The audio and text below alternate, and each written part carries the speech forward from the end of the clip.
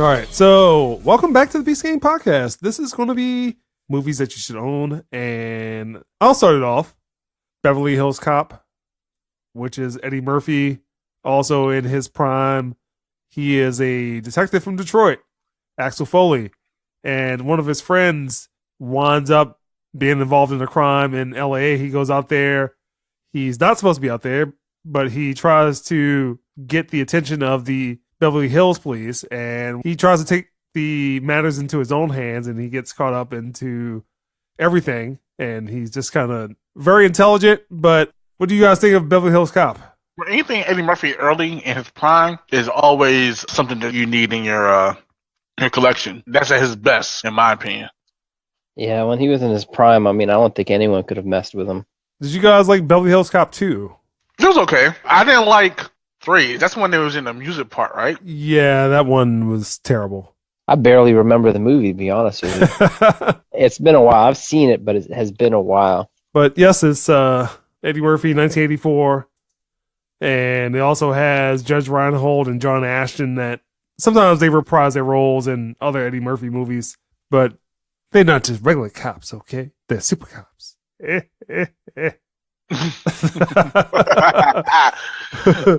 So Billy Rosewood, Sergeant Taggart, Ronnie Cox, also the lieutenant. He's quite funny. Again, Eddie Murphy at his finest. He was on a roll probably up until he did that vampire movie. Yeah, Vampire in Brooklyn. Yeah. Oh my gosh! Wow, that was so horrible. I do remember how bad that movie. I ain't gonna lie. Like Vampire Brooklyn has some funny ass parts because of the dialogue. Because I think Charlie Murphy wrote Vampire in Brooklyn. Yeah. Because so it had some funny ass shit in it. It was just not a good movie. And Wes Craven directed that shit. I think he needed money. For real. He needed money. He sold his soul for a bad movie, man.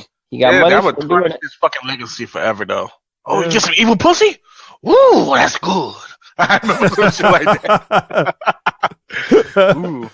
Oh, man. All right, go ahead, Barry. Oh, Beverly Hills Cop, Axel Foley. Stop. But again, Eddie Murphy was on a roll. He did Harlem Nights. He also did Coming to America would have been like that in Beverly Hills Cop 2. So yeah, he was on it. You and I must be on the same page. I'm going to pick it back off of Barry.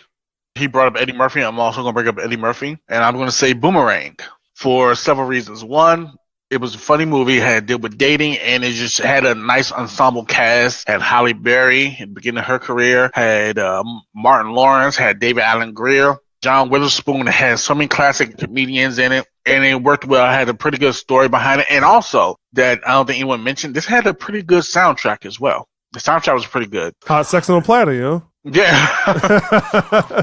You just had so many classic things that happened, so many classic moments that you could remember. Like the whole coordinate thing was just like when Martin Lawrence was talking about the Twizzler and all that shit. So it was just hilarious. I enjoyed Grace that movie. Jones in that? Was it Grace Jones? Yeah, she was in that too. Strange. It was such a good movie. Such a good movie. It was directed by the Hullen brothers, I believe. One movie I think that everyone should have in their collection, or why you should invest in surround sound, 5-1 or 7-1, whatever that your heart desires, is Black Hawk Down. For those who have been in the military or who have not been in the military, you understand the urgency of the situation, not just because bullets are flying everywhere, but the depth of the characters and the emotional connection that you do have with them. The fact that this was a real scenario, it wasn't something that was concocted off of like a storyboard. The visual effects I thought were pretty nice with it. And as far as what service members were really going through at the time, without getting as graphic as probably what really happened as far as using people for shields. I think that's probably the closest that you'll get to. I have it on Blu-ray. And it's freaking amazing. Yeah, and a lot of people in that movie. Josh Hartnett, Eric Bana, Ewan McGregor's in that movie, Tom Sizemore, Ian Gruffer's in that movie, William Fichtner is in that movie. Damn. Sam Shepard's in the movie.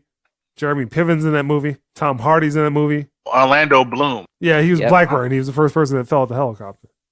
Yeah. Well, damn. Yeah, they were rappelling down, and an RPG came by and clipped one of the propeller blades. Yeah, that was Ridley Scott at his finest. Even though people might have some issues with that movie now, that movie is a great war movie. It's a great movie in general. and I wholeheartedly second that movie. It was like nonstop action. I was like, holy shit. I mean, there was a couple of scenes where it calmed down a little bit, but I mean, it still had your heart rate pumping, and it was real. I mean, you could only imagine how it was in real life versus Hollywood. Awesome movie. All right. BSK Podcast.